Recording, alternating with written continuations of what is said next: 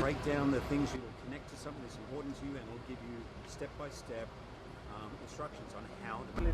That the purity of the message, the simplicity and the power of that message when there was just 25 people in my living room, or when Hugh was sleeping on my couch when we come and visit in Sydney, it's the same message is now still at the heart of this movement. It's practical, it's got a good heart, and it makes it easy for people, no matter who you are, no matter how old you are, no matter how much money you've got, to make a difference because of the power and the size of this movement. And now, let's not forget, the UN, is meeting this week, and so they're all been here. All the world leaders are here, and they're noticing. They're noticing what the global citizens are doing. There are millions and millions of people demanding things from leaders, and I think it's so exciting, and I think it's necessary, and I'm just proud to be part of it.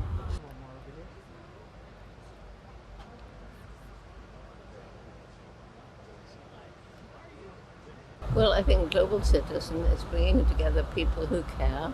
It's sharing messages and all of these things, bringing in the music and the famous rock stars and so on. That attracts the people. And then when you've attracted a whole lot of people and they're all in a good mood, they're receptive to messages. And, they can hopefully understand that this kind of thing will not continue unless we protect nature. Because we're part of nature, we depend on nature.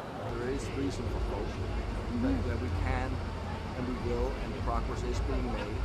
Is it happening as fast as we want? No. And a lot of people around the world don't have that ability. So we can do both. And I think there's no question. There's some amazing music, amazing entertainers, but there's an underlying cause that's important to talk about, and that is ending extreme poverty. Inequality on a global scale and also national scale is growing, and it's a massive problem because it kind of blocks a lot of the other massive transitions that we need when it comes to climate action, when it comes to all the issues. And then I also think it's important to talk about the fact that there is reason for hope, that we can do something, that it's not hopeless, and sometimes it's easy to get caught up in the doomsday scenarios, and I think it might be great for clickbait and all that, but it's not real. Like, humans are not that stupid. We can make a difference, and we are making a difference.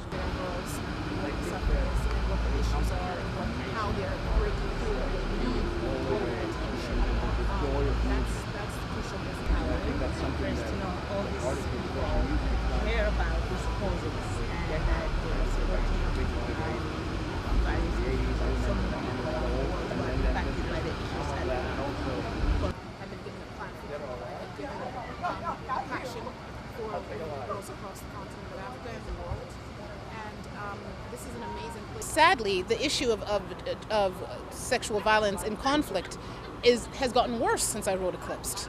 That was the Liberian War. Now we're dealing with over 25 situations they accounted for at the UN where this is getting worse, and it's being used more and more as a weaponized way of breaking communities and garnering power and incentivizing soldiers with impunity. So it's gotten worse, which is horrifying to me. All I can say is, as I was saying earlier, in terms of I'm a woman of faith, and the thing that I hold on to is to whom much is given, much is expected. That's the scripture. And I've been given a lot, so I have to give. I have to be a vessel for others. I have to help others be heard. I don't need to be heard. She needs to be heard. But if me coming here helps you hear her, then I will be here to make sure you hear her.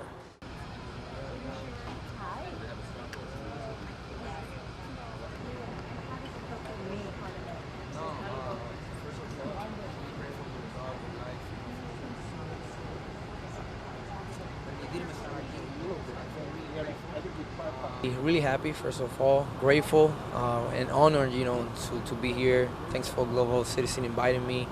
You know, I'm happy, man. I'm happy. Music, art, you know, bring a lot of people around the world. Central Park, fighting all for the same cause, you know, poverty, climate change, all the problems that nowadays we're like facing. And for me, I just feel honored, and everything that I can do with my platform, I'm gonna do it. Right. So we're coming in with the real solutions, and places like Malawi and providing them with literally billions of meals by providing the foodstuffs that they need to make it happen. We're excited about seeing the impact of all of this. Today, getting together to fight extreme poverty. I think I grew up in a tough environment. I had to turn me around. There were a lot of great role models.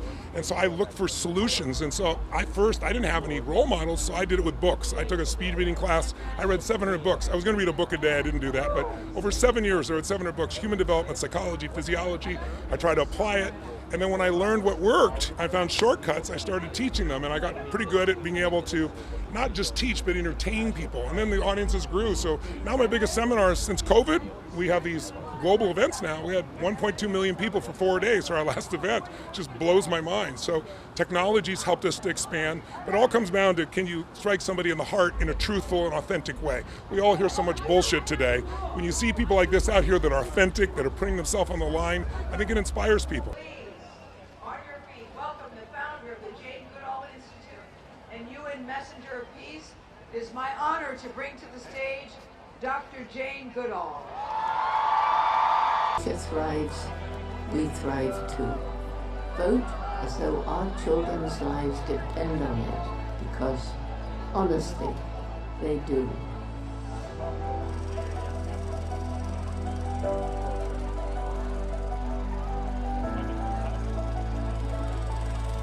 It is incredibly important. Her first time to vote. Yes, it'll be my very first time being able to vote, and it's definitely going to Kamala to help with that very large issue that we're facing today.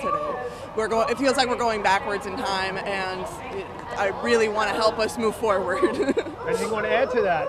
I'm so proud of my daughter, and agreeing, we are Team Kamala for sure. Women should have the right to choose what they want for their own body, and that's what we've taught her, and her mother's instilled in her, and I'm excited to go into the booth with her and vote for her first time.